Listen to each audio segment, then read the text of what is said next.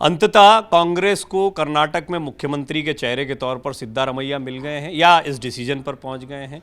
Deputy CM के तौर पर शिव कुमार सिर्फ एक डिप्टी सीएम रहेंगे, इस बात पर जोर दिया गया है।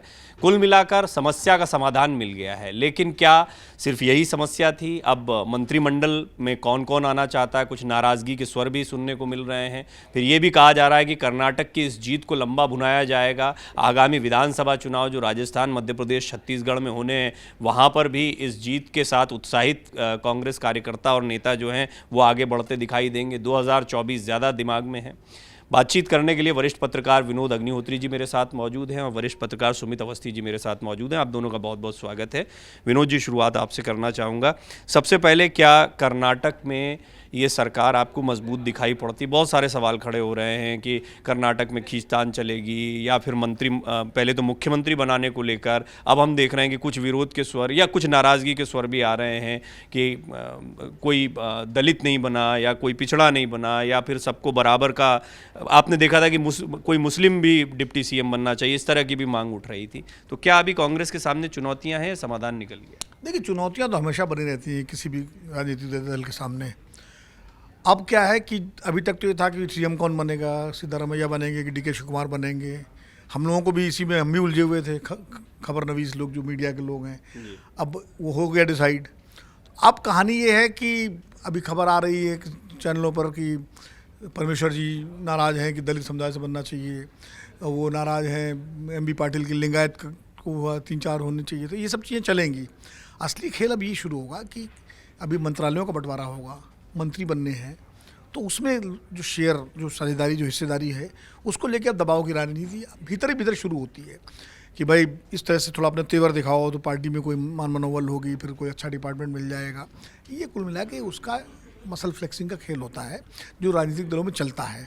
लेकिन ऐसा कोई बड़ा संकट मुझे इसलिए नहीं लगता है कि अब कांग्रेस पार्टी जो है कर्नाटक के चुनाव में जिस तरह से जीती है, अगर ये जीत मान लीजिए बिल्कुल मार्जिनल होती तो भी थोड़ा बहुत संकट की स्थिति थी। अब 135 विधायक हैं उसमें और एक सपोर्टर मिला करके 136 के आसपास हैं। उसमें ये इस तरह की आवाज़ें सिर्फ मंत्रालय पाने की एक कवायद हो सकती है।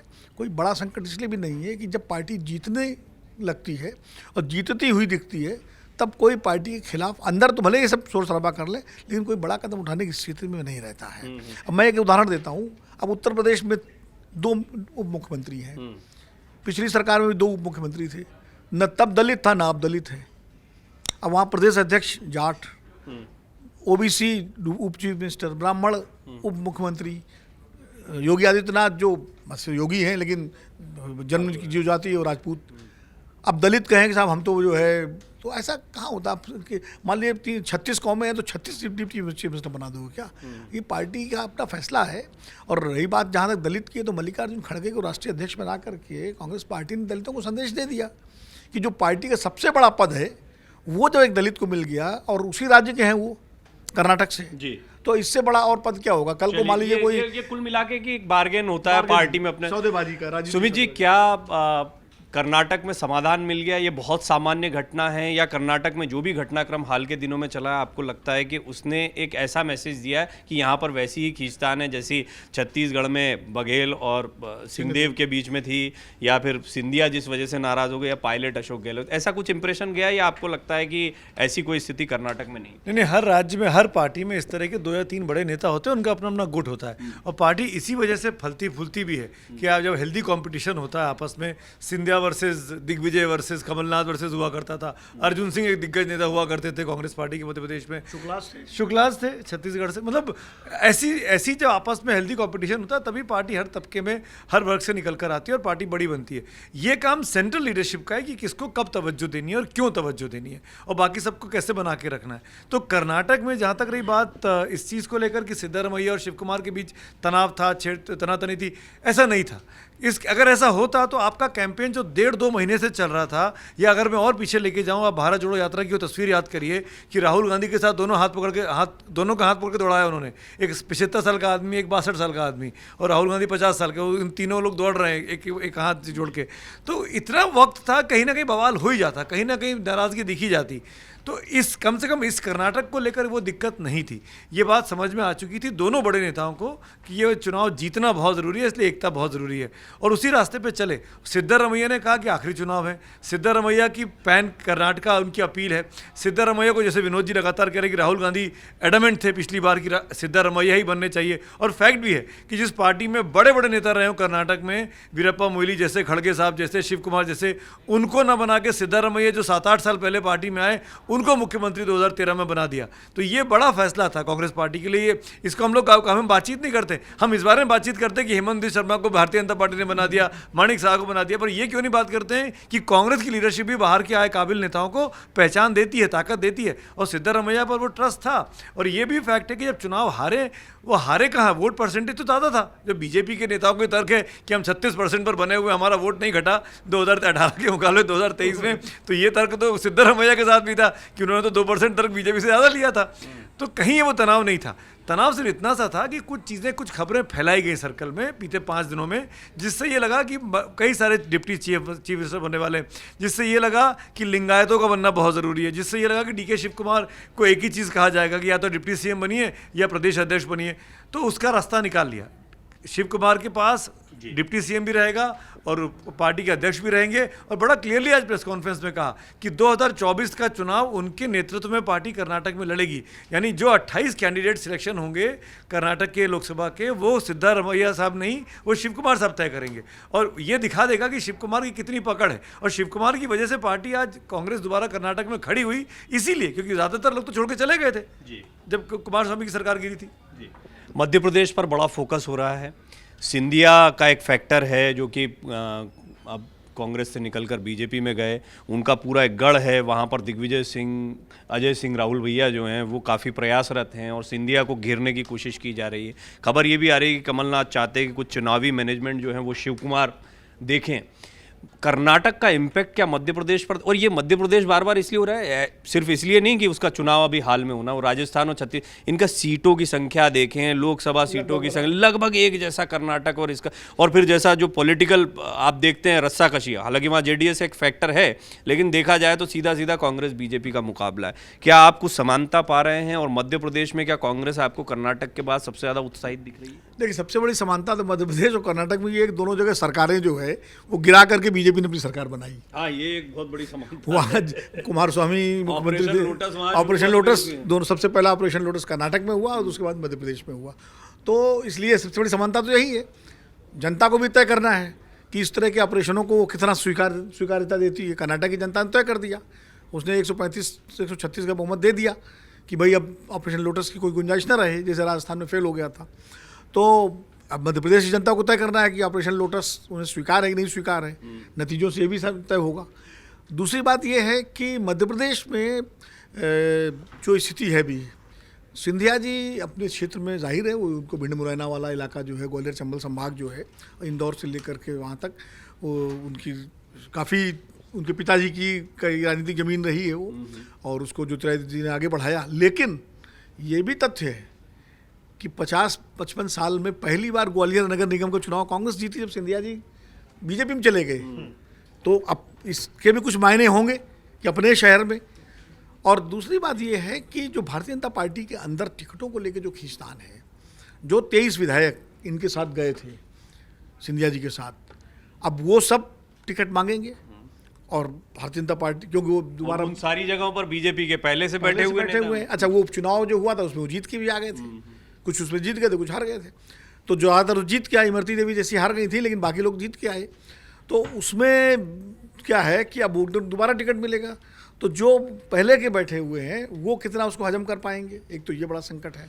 दूसरा ये है, जिस तरह कर्नाटक में वो सारे दल बदलू लगभग चुनाव हार गए, जो 15-17 जो गए थे कर्नाटक छोड़ करके, कांग्रेस छोड़ करके और जेडीएस छोड़ करके बीजेपी के साथ, उसमें लगभग काफ़ी, हमने खुद ये खबर कराई अपने अमरउजाला.com में कि वो हार गए चुनाव। तो ये भी बीजेपी देखेगी कि अगर दल बदलों को जनता अस्वीकार कर रही है तो कहीं उसका नुकसान ना उठाना पड़ जाए। अब उनके टिकट कटेंगे कि रहेंगे, ये एक बड़ा पेच है। और 23 विधानसभा क्षेत्र 23-24 जो है कम नहीं होती। इसके अलावा वहाँ शिवराज सिंह चौहान, कई बार बड़े नेता ताकत भी देते हैं और कई बार बड़े नेता समस्या भी बनते हैं।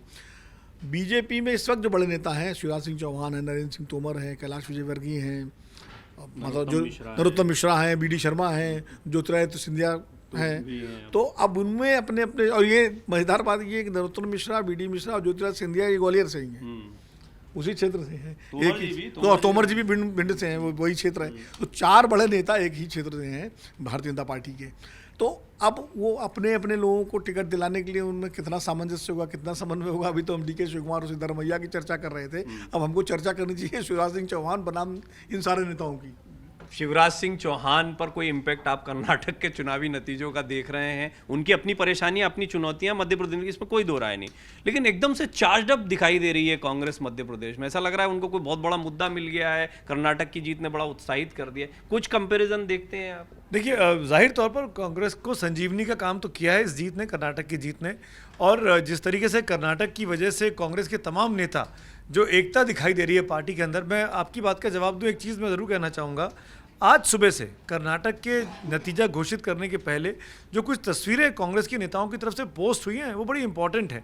वो बीजेपी को सीधे बीजेपी को एक तरीके से करारा तमाचा है। बीजेपी कहती है परिवारवादी पार्टी है। कल भी ये कहा गया कि बगैर गांधी इसके तो सॉल्व नहीं होगा, राहुल गांधी सोनिया गांधी को टांग अड़ानी पड़ेगी। इनफैक्ट दोनों नेता आए, दोनों ने मिला भी। प्रेस कॉन्फ्रेंस में भी इस बात को कहा गया कि भाई दोनों, बाकायदा के सी वेणुगोपाल ने अपने ओपनिंग रिमार्क्स में कहा कि हम शुक्रिया अदा करते हैं। उन्होंने प्रियंका गांधी का नाम भी लिया, सोनिया का, राहुल का, प्रियंका का, ये सब चीज़ें हुई। लेकिन जो तस्वीरें आज सामने आई ना, कल शाम को देर रात तक बैठक चली खड़गे साहब के घर पे, उसमें 5 आदमी बैठे हुए हैं। खड़गे साहब हैं, सिद्धारमैया हैं, डी के शिवकुमार हैं, प्रभारी रणदीप सुरजेवाला और संगठन महामंत्री के सी वेणुगोपाल है। आज सुबह दूसरी तस्वीर आई। इस खबर के बाद खबर आ गई एएनआई के जरिए तमाम जगहों पर कि सिद्धारमैया मुख्यमंत्री होंगे, शिवकुमार उप मुख्यमंत्री होंगे। ये खबर सुबह 5:30, 5:30, 6 बजे की है। ज़्यादातर चैनलों ने अपने बुलेटिन की शुरुआत आज सुबह इस चीज़ से की। फिर एक तस्वीर आती है 10, 10:30 बजे, जिसमें खड़गे साहब बीच में खड़े हैं और दोनों नेताओं को उन्होंने हाथ पकड़े हुए हैं। उसको उन्होंने ट्वीट किया, कांग्रेस के ऑफिशियल हैंडल ने, ये दिखाते हुए कि मामला सुलझ गया है, अब चीज़, अब दिक्कत नहीं बची। फिर हम साथ साथ हैं। फिर प्रेस कॉन्फ्रेंस का नाम आ गया। प्रेस कॉन्फ्रेंस के ठीक पहले जब प्रेस कॉन्फ्रेंस होने वाली थी, नाश्ता करते हुए तस्वीर आती है, डोसा खाते हुए। उसमें भी रणदीप सुरजेवाला, डी के शिवकुमार, सिद्धारमैया और खड़गे साहब दिखते, सॉरी, के सी वेणुगोपाल दिखते हैं। तो ये 3 तस्वीरें दिखाती हैं कि गांधी परिवार का वो सोकॉल्ड दखलंदाजी नहीं थी। हो सकता है हो पर्दे के पीछे परसेप्शन ये क्रिएट किया गया कि ये खड़गे साहब का फैसला है। खड़गे साहब कांग्रेस के अध्यक्ष हैं, जिस पर ये इल्ज़ाम लगा कि खड़गे साहब तो पपेट होंगे, खड़गे साहब तो कठपुतली की तरह काम करेंगे, कांग्रेस के असली नेतृत्व तो गांधी परिवार के पास है। अब जब ये स्थापित होने की कोशिश होने लगी है कि खड़गे साहब पार्टी चला रहे हैं, तो खड़गे साहब ने पहला रिजल्ट भी दे दिया, अपने प्रदेश को जिता के दिखा दिया। अब खड़गे साहब की चुनौती बढ़ जाती है। अब खड़गे साहब को बाकी उन राज्यों में, हिंदी भाषी राज्यों में जिता के दिखाना है, जो उनके लिए ज़्यादा मुश्किल काम है। क्योंकि मध्य प्रदेश में या छत्तीसगढ़ में, तेलंगाना तब भी मैं मान सकता हूँ, किसी ट्राइबल सीट पर जाकर किसी नेता से पूछो कि खड़गे को जानते हैं क्या, तो नहीं जानते होंगे। वहाँ भी इंदिरा गांधी चलेगा, वहाँ भी प्रियंका चलेंगी, वहाँ भी राहुल ही चलेगा। चेहरे वही बिकेंगे क्योंकि उन राज्यों में उन्हीं की पहचान है। हालांकि अध्यक्ष बनने के बाद मुझे लगता है कि उनकी पहचान तो बनी उस लिहाज से, पर हाँ, और थोड़ा हिंदी बोलते भी हैं, पर हिंदी वैसी नहीं बोलते जैसे कि मैं वही कहना चाह रहा था कि ये बहुत ज़रूरी है आज की डेट में।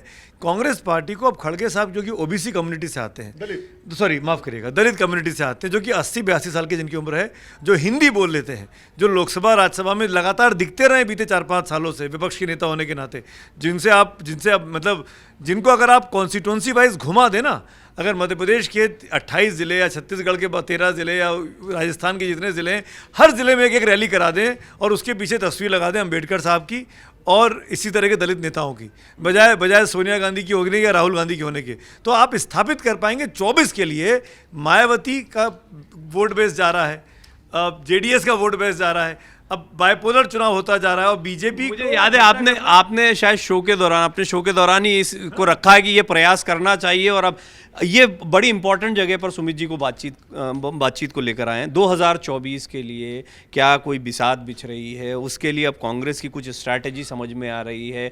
अब ये वैसी अविजित बीजेपी नहीं दिखाई दे रही जैसी थोड़ी अजय रथ एक तरीके से चल रहा था, तो क्या कांग्रेस इसको लेकर कुछ और प्रिपरेशन कर रही है? नहीं, निश्चित रूप से कांग्रेस की निगाह में 2024 है, लेकिन कांग्रेस फेस बाय फेस काम कर रही है। जब कर्नाटक का चुनाव हो रहा था, तो जब मैं कांग्रेस के नेताओं से 2024 की बात करता था, तो वो कहते थे भैया हमें कर्नाटक जीत लेने दीजिए, उसके बाद 2024 पर हम आपसे बात करेंगे। अब हमने जब बात शुरू की तो कहते हैं कर्नाटक तो जीत लिया, हमें मध्य प्रदेश, छत्तीसगढ़ और राजस्थान जीतने दीजिए। राजस्थान, छत्तीसगढ़ में अपनी सरकार दोबारा बनानी है और मध्य प्रदेश को जीतना है। ये हो जाए तो हमने कहा ये तो नवंबर दिसंबर में होंगे। तो बोले आप क्या समझते हैं, हमारी तैयारी 24 की चल रही है, लेकिन इनको जीतना इससे ज़रूरी है, अगर ये नहीं जीत पाए हम तो हमारा 24 का सारा प्लान धरा रह जाएगा। तो वो बात भी सही है, उनका कहना है कि अगर तिमाही और छमाही नहीं पास कर पाए तो जो सालाना इम्तहान जो होता है वो कैसे पास करेंगे। तो तिमाही पास कर गए, छमाही पास करनी है, उसके बाद सालाना होगा। तो अभी कांग्रेस का पूरा फोकस मध्य प्रदेश, छत्तीसगढ़ और राजस्थान पर है। और जैसा कि अभी आपने खुद ही कहा था डी के शिव कुमार की सेवाएं ली जा रही हैं, तो डी के शिव कुमार की सेवाएं जो उनको इलेक्शन मैनेजमेंट जो उनका जिन्होंने देखा है, वो क्या नाम है, सुनील कानूगोलू और ये नरेश अरोड़ा, वो एक सज्जन राजस्थान में काम कर रहे हैं, एक सज्जन मध्य प्रदेश की जिम्मेदारी देखेंगे। तो एक तो ये तैयारी हो रही है, दूसरा जिस सफलता के साथ कर्नाटक में गुटबाजी को किनारे करके टिकटों का बंटवारा हो गया और पार्टी एकजुट होकर मैदान में गई, वही चुनौती उनके सामने मध्य प्रदेश और छत्तीसगढ़ राजस्थान में है। सबसे बड़ी चुनौती राजस्थान में अभी खबर आ रही थी कि वहाँ अजमेर में पायलट और गहलोत गुट के कांग्रेसियों में झगड़ा हो गया, भिड़ गए। तो ये झगड़ा भिड़ गया, इसका अभी तो सबसे पहले ये तय करना पड़ेगा राजस्थान का मसला, कि राजस्थान आप कैसे जो है ये सॉर्ट आउट करोगे। सचिन पायलट की क्या भूमिका होगी, गहलोत की क्या होगी, ताकि एकजुटता दिखाई पड़े, या कम से कम एक आदमी अगर सीन से बाहर हो जाए तो दूसरा आदमी ही वही क्लैरिटी आ जाए कार्यकर्ताओं के सामने। मध्य प्रदेश में कमलनाथ और दिग्विजय सिंह के बीच में कोई झगड़ा झंझट सामने तो नहीं है इस तरह से, और सिंधिया जी थे, अगर वो होते तो जरूर एक त्रिकोणात्मक संघर्ष दिखाई पड़ता, लेकिन अभी तो उनके बीच बड़ी अच्छी मैनेजमेंट हो गया था। वो तो राज्यसभा की सीट के समय पर झंझट हुआ कि किसको मिले। हाँ, मुझे लगता है वहाँ थोड़ी अपरिपक्वता दिखाई वहाँ के नेताओं ने, सिंधिया जी ने भी, दिग्विजय सिंह ने भी और कमलनाथ जी ने भी, वरना आराम से फैसला हो सकता था। 2 सीटें तो निकल ही रही थी राज्यसभा की, जिस तरह का वो था। तो वो खैर संवादहीनता भी थी, अपना अहंकार भी था। इसलिए भी जरूरी है ये बात करना कि इन गलतियों से कितना सबक कांग्रेस लेती है आने वाले। उसमें एक परिवर्तन ही आया है तब की परिस्थितियों में, अब की परिस्थितियों में। 2018 के बाद 2019 का चुनाव जब कांग्रेस पार्टी हार गई तो राहुल गांधी ने अध्यक्ष पद से इस्तीफा दे दिया, सोनिया गांधी अंतरिम अध्यक्ष बन गई। सोनिया गांधी की जिस तरह सक्रियता नहीं थी राजनीतिक रूप से मामलों में, तो वो पूरा एक तरह से अनाथ वाली स्थिति हो गई कांग्रेस पार्टी की, कि और सब फ्री फॉर ऑल हो गया। अब मध्य प्रदेश में अगर कोई संकट हो रहा है तो यहाँ किसी को चिंता नहीं है, न कोई अमित पटेल है, नहीं कोई बात करने वाला नहीं है, ये स्थिति हो गई। और उसका नतीजा ये हुआ कि सरकार वहाँ भी गई, कर्नाटक में भी गई, और राजस्थान में चूंकि अशोक गहलोत प्रोएक्टिव थे तो उन्होंने बचा ली अपनी सरकार। अब क्या है, अब वो स्थिति बदल गई है। एक तो खड़गे साहब के आने का सबसे बड़ा फायदा ये हुआ है, जो बाकी दलित इम्पैक्ट, वो इम्पैक्ट तो अपनी जगह है, संगठन का कामकाज में तेजी आ गई है। अब लोग सीधे, भाई सोनिया गांधी राहुल गांधी से मिलना एक्सेस नहीं थी, अब सीधे एक्सेस है। खड़गे साहब का घर जो यहाँ पर है राजा जी मार्ग पर, वहाँ आप जाइए तो सारे मैं देखता हूँ कार्यकर्ता जाते आते हैं, मिलते हैं। खड़गे साहब का AICC में आगे बैठते हैं, शायद हफ्ते में 1 दिन 2 दिन वो भी उनका वहाँ भी है। इस तरह से एक एक्सेस बन गई है, और जो मसले रोज़मर्रा के लटके झटके रहते हैं उन पर एक्शन हो गया। तो वो एक अनाथ वाली स्थिति नहीं है। दूसरी स्थिति ये है कि भारत जोड़ो यात्रा के बाद राहुल गांधी के अंदर जो कॉन्फिडेंस आया है और जो उनकी एक छवि बनी है, वो भी पार्टी को ताकत दे रही है। और उससे भी जो छत्रप है वो थोड़ा सा अब और कर्नाटक की जीत ने उसमें और ऐड ऑन कर दिया है। तो मुझे लगता है अब थोड़ा जो है कांग्रेस पार्टी की स्थिति 2000 जब ये सरकारें गई थी और जो अनाथ वाली थी, उससे फ़र्क है, इसका फ़र्क भी पड़ेगा। और मैं सुमित जी की इस बात से पूरी तरह सहमत हूँ कि अगर कांग्रेस पार्टी खड़गे जी की सभाएं मध्य प्रदेश, राजस्थान, छत्तीसगढ़ के मान लीजिए हर लोकसभा सीट पे या जिले में आप नहीं करा सकते हैं तो मंडल स्तर पे भी करा देगी। तो उत्तर प्रदेश का भी सजेशन मुझे याद है कि मतलब अगर मंडल, उत्तर प्रदेश में क्यों नहीं करते, अगर 3-4 जिलों को मिला करके एक सभा भी हो गई और सब लोग आए और अंबेडकर के साथ साथ जगजीवन राम की फोटो भी लगा दें जो उनकी पार्टी के अध्यक्ष रहे हैं, तो निश्चित रूप से उसका एक बड़ा इम्पैक्ट पड़ेगा।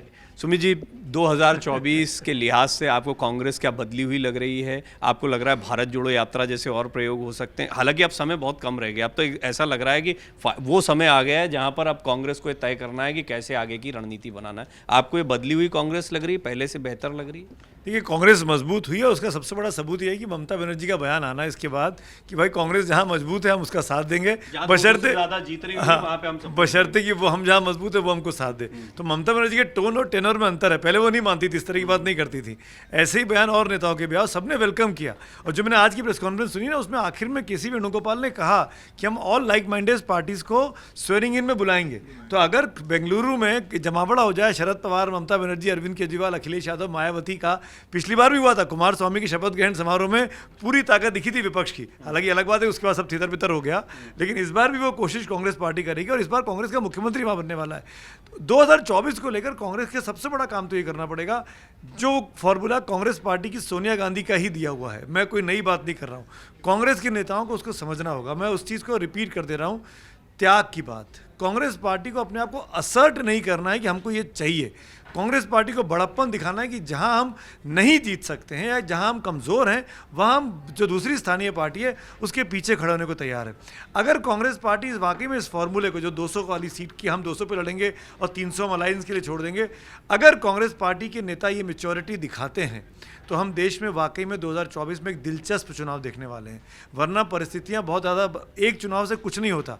कर्नाटक पिछली बार भी उल्टा हुआ था, और तो क्या हाँ अलग होता है। तो कर्नाटक से ये मान के चलना कि सब कुछ तय हो गया, मोदी हार जाएंगे, ऐसा नहीं है। बीजेपी ने भी ब्रह्मास्त्र तो निकाले नहीं है। बीजेपी जब से नतीजा आया, बीजेपी के 2 बड़े नेता शांत बैठे हुए हैं, वो कोई रणनीति बना रहे हैं, कुछ सोच रहे होंगे, और वो जितने बड़े राजनीति के खिलाड़ी, उतना बड़ा कोई नहीं है इस देश के अंदर। तो जब मोदी और नया किसी नए गेम प्लान के साथ सामने आएंगे, अमित शाह किसी नई स्ट्रेटजी के साथ सामने आएंगे, तो उसका मुकाबला करना प्रियंका, राहुल और सोनिया के लिए आसान नहीं होगा। तो इसीलिए ये मान के चलना कि हम कर्नाटक जीत गए हैं तो हम 24 जीत जाएंगे, नहीं, ऐसा कतई संभव नहीं है। आपको भारत जोड़ो यात्रा भी निकालनी पड़ेगी, आपको रैलियां भी करनी पड़ेंगी, आपको खड़गे साहब का इस्तेमाल करना पड़ेगा। सिर्फ कर्नाटक ही नहीं बल्कि पिछली बार एक चीज़ मैं और जोड़ दूँ, कर्नाटक का माप, चूंकि दरअसल कर्नाटक का एक बड़ा एक एनालॉजी में ड्रॉ कर रहा हूँ, सिर्फ एनालॉजी है, कोई भविष्यवाणी नहीं है। कर्नाटक बड़ा इस मामले में बड़ा संदेश देता है। 1977 में चिकमंगलूर से इंदिरा गांधी जीती, सुमित जी हम लोग और 1980 में कांग्रेस पार्टी केंद्र में आ गई। 1984 में तूफानी जीत हुई कांग्रेस की। 85 में रामकृष्ण हेगड़े वहाँ विधानसभा चीफ मिनिस्टर बने, और 89 में जनता दल आ गया। जनता पार्टी का अवतार, अगला अवतार जो था, और हेगड़े की भूमिका थी। उसके बाद 99 में बेल्लारी से चुनाव लड़ती है सोनिया गांधी, 2004 में कांग्रेस सरकार आ जाती है। तो ये मतलब जो है बहुत दिलचस्प है कर्नाटक का। हालांकि ये भी है, इस गणित से फिर आगे क्या नहीं, हालांकि इसका एक अपवाद भी है। इसका अपवाद भी है, क्योंकि जब मैं एनालॉजी ड्रॉ कर रहा हूँ तो अपवाद 2013 में कांग्रेस पार्टी कर्नाटक जीती, 2014 हार गई देश में। ये अपवाद भी है। तो अब इनके बीच में कहाँ जाएगा कि कर्नाटक जीती है कांग्रेस पार्टी, और जीतने के बाद वो कहाँ पहुँचेगी, क्या पहुंचेगा 24 हालांकि जैसा सुमित जी कह रहे थे, पिछली बार तो मध्य प्रदेश भी, कर्नाटक भी, राजस्थान भी, छत्तीसगढ़ भी, ये बात अलग है कि 2 राज्यों में बाद में सरकार गिर गई, लेकिन कांग्रेस का बड़ा अच्छा प्रदर्शन था। लेकिन लोकसभा चुनाव बिल्कुल अलग थे, तो कहना बड़ा मुश्किल होता है। लेकिन हाँ, अभी कर्नाटक के नतीजों के बाद में मध्य प्रदेश, राजस्थान, छत्तीसगढ़, तेलंगाना, ये महत्वपूर्ण राज्य है जिनमें लोगों की दिलचस्पी बढ़ गई है, खासतौर पर मध्य प्रदेश में। आपको क्या लगता है, कर्नाटक के चुनाव के जो नतीजे आए हैं, उनका इम्पैक्ट क्या आगामी विधानसभा चुनाव और फिर 2024 के चुनाव पर पड़ता आपको दिखाई देता है? क्या आपको कांग्रेस पहले से बेहतर दिखाई दे रही है, सही ट्रैक पर दिखाई दे रही है? आप अपने सुझाव जरूर लिखें। मन से उजाला कर चले, मन से उजाला कर चले, एक अमर उजाला कर चले, उजाला कर चले।